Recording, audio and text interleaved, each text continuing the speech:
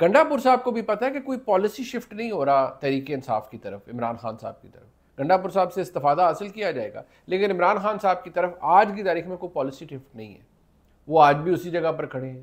General فیض صاحب کا court martial ہو رہا ہے، اسے عمران خان صاحب سے کسی سٹیج پہ جا کے جوڑا جائے گا اور بتایا جاتا ہے، بتایا جو گیا ہے کہ یہ ثابت ہوتا ہے کہ ان کے مہما پر کر رہے تھے سیاسی لوگ. اور کون سیاسی شخص ہے جس کے احما پہ وہ کام کر رہے تھے؟ فیض حمید صاحب، عمران خان صاحب بھی تھے.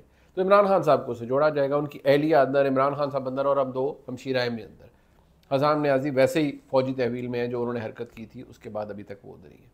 تو آپ مجھے بتائیں کہ پوری پی ٹی آئی، ادھر شیخ وقاص اکرم صاحب کہہ رہے ہیں کہ جی ہمارے گھروں پہ چھاپے مار رہے ہیں، لیڈر آف دی اپوزیشن یعنی عمر ایوب صاحب کے گھر پہ چھاپے مارے گئے ہیں اور سب کچھ کیا گیا ہے، لیکن گنڈاپور صاحب بالکل امن امان کے ساتھ بیٹھے ہوئے ہیں.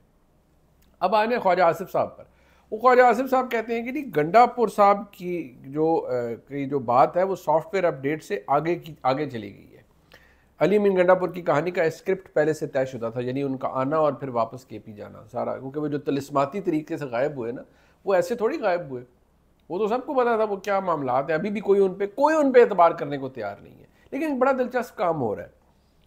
وہ کہتے ہیں نہیں، علی امین گنڈاپور صاحب کو عمران خان صاحب نے برے وقت کے لیے رکھا ہوا ہے. وہی جو بات میں آپ کو بتا رہا ہوں کہ جب گنڈاپور صاحب سسٹم میں موجود ہیں تو ان کا پیغام، کوئی ریکویسٹ ادھر چلی جاتی ہے، اس سے بدلتا کچھ نہیں ہے، بڑے لیول پہ کچھ نہیں ہو سکتا، لیکن چھوٹا موٹے مسائل عمران خان صاحب کے ادھر تک چیزیں پہنچ جاتی ہیں، لیکن پالیسی تبدیل نہیں ہوتی. کیونکہ پالیسی تبدیل کرنا، وہ کہتے ہیں نا ابو مائی پے اسکیل، وہ گنڈاپور صاحب کے پے اسکیل کی بہت اوپر کی بات ہے، وہ نہیں کروا سکتے.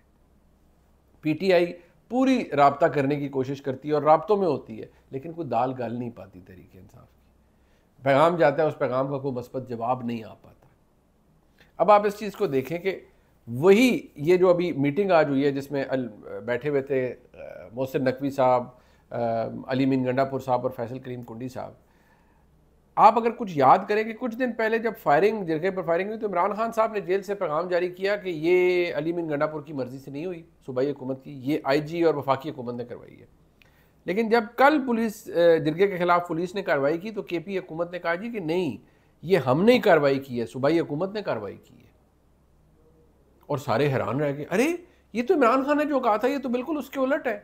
اس لیے بھائی کہ عمران خان صاحب جیل میں ہیں، گنڈاپور صاحب باہر ہیں، اور گنڈاپور صاحب نے حکومت میں رہنا ہے، انہوں نے حکومت چلانی ہے. اب آپ اس چیز کو دیکھیں، آج جو جرگے سے مذاکرات کا سارا مینڈیٹ ہے وہ گنڈاپور صاحب کو دے دیا گیا. یہ کیوں ہوا ہے؟ یہ کس وجہ سے ہو رہا ہے؟ اس کے پیچھے دیر از اے ریزن بیہائنڈ آل دس، کہ گنڈاپور صاحب سے استفادہ حاصل کیا جائے گا اور ریاست ان سے استفادہ حاصل کرے گی. وہ بھی اپنی ڈیوٹی کرنے کے لیے تیار بیٹھے ہوئے.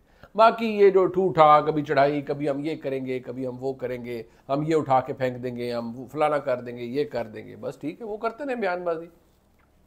پھر کسی دن انہیں عمران خان صاحب سے جب ملاقات ہوگی وہ جوش چڑھوائیں گے کہ یہ اسٹیبلشمنٹ کو ٹارگٹ کرو، وہ پھر دو باتیں کریں گے، پھر جھڑکیں کھائیں گے، پھر چپ کر کے بیٹھ جائیں گے. یہ ایسے ہی، یہ سلسلہ ایسے ہی چلتا رہے گا. لیکن فرق کوئی نہیں پڑتا نا کسی کو. علی امین گنڈاپور صاحب اگر آ کے ٹارگٹ بھی کر دیں اسٹیبلشمنٹ کو تو اس سے کوئی پہاڑ نہیں ٹوٹ پڑتا، کچھ بدل نہیں جاتا، چیزیں جیسی ہیں ویسے ہی رہتی ہیں. سو یہ جو سب کچھ ہو رہا ہے، اب آپ اس کو سمجھیں کہ نظام اس طرح سے چل رہا ہوتا ہے. حکومت کو باقاعدہ طور پر آج کیونکہ سعودی وفد آیا ہوا ہے تو حکومت اوور دا مون ہے. حکومت کو آرمی چیف کی بھی ملاقات ہوئی سعودی وفد سے، جو بزنس مین کا ڈیلیگیشن آیا ہے، 26 کے قریب ایم او یو سائن ہو رہے ہیں، $2 ارب سے اوپر کی انویسٹمنٹ ہے، بہت کچھ آ رہا ہے. تو حکومت بالکل ٹینشن فری ہے جی. حکومت اس وقت بالکل مزے میں ہے، نہ حکومت کہیں جا رہی ہے، نہ حکومت کو کوئی جانے دے گا، کیونکہ پاکستان کی اسٹیبلشمنٹ حکومت اس وقت یہی ہے کہ جی اکانومی سے بہتر ہو رہی ہے، چیزیں بہتر ہو رہی ہیں، انویسٹمنٹ آ رہی ہے، بہت سارے معاملات ہو رہے ہیں، حکومت کہیں نہیں جا رہی. یہی سب سے بڑا پرابلم جو کہ عمران خان صاحب اور ان کی جماعت کو آ رہا ہے کہ ہوتا ہے نا سسٹم چوک ہو جائے اور جو لایا ہے، یا جیسے عمران خان صاحب کے ساتھ تھا کہ انہیں واپس ان کو فارغ کریں، یہ بالکل نکمے ہیں یار، انہوں نے کچھ بھی نہیں کیا، ان کو فارغ کریں. وہ سٹیج اس حکومت کی نہیں ہے، بلکہ یہاں ہو رہا ہے کہ یہاں تو چیزیں بہتر ہو رہی ہیں، ڈیلیوری آ رہی ہے، چیزیں بہتر ہو رہی ہیں، وزیر خزانہ نے بڑا زبردست پرفارم کیا ہے، بہترین چیزیں ہو رہی ہیں، وزیر اعظم کا معاملہ بالکل بہترین چل رہا ہے. تو چیزیں اس طرف جا رہی ہیں. آئینی ترمیم بالکل لانی ہے جی. پہلے فیز میں زیادہ سے زیادہ کیا کرنا ہے جی کہ آئینی عدالت بنانی ہے یا ججز اپوائنٹمنٹ کا طریقہ. آج بلاول صاحب کی میاں نواز شریف صاحب سے ملاقات ہوئی.